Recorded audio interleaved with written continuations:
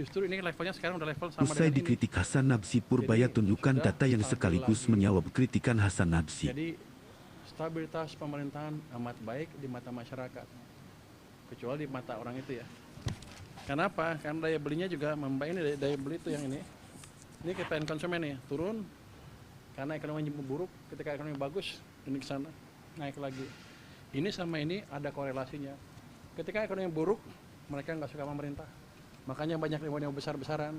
Tapi ketika mulai balik mereka juga senang ke pemerintah. Jadi sepertinya saya cowboy, tapi yang saya lakukan adalah mengembalikan kepercayaan masyarakat ke pemerintah.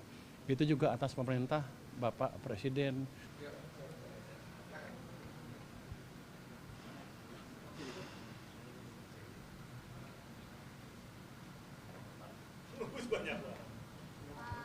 Boleh majuan lagi Pak, thrifting Pak, boleh tanya Pak, kebijakan thrifting gimana Pak? Bisa apa? Kebijakan thrifting.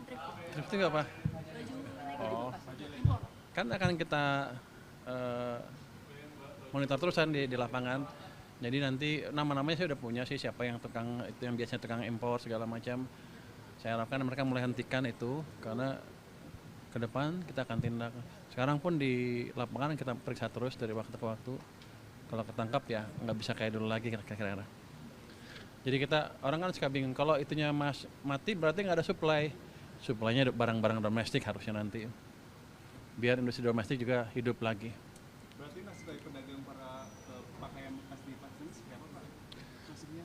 Ya nanti dia beli pakaian-pakaian dari produsen dalam negeri lah.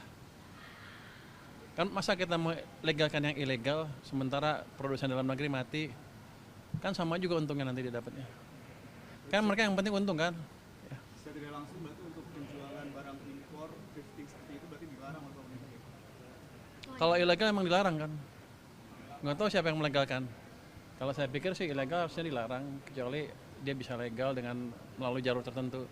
Tapi kalau selama ini kan Menteri yang Purbaya Balpres itu memfatahkan kan, para pelaku thrifting diimpor itu akan dilarang didenda dan saya dipenjara, saya barangnya pernah bilang akan kan, tanya ke dihancurkan. orang bea cukai apa hubungannya, hukumannya hanya ditaruh di mereka, barangnya dimusnahkan terus orangnya dipenjara. Saya bilang saya rugi, cuma udah ngeluarin uang buat musnahin barang terus ngasih makan orang lagi. Jadi nanti barangnya dimusnahkan, orangnya denda, dipenjara juga dan akan di blacklist. Yang terlibat itu saya akan larang impor seumur hidup. Aturannya kapan keluarnya Pak? Sebentar lagi. Berarti udah ada pembicaraan sama pedagang dari Pak? Oh? Kenapa nggak Menteri Perdagangan? Kan itu ilegal.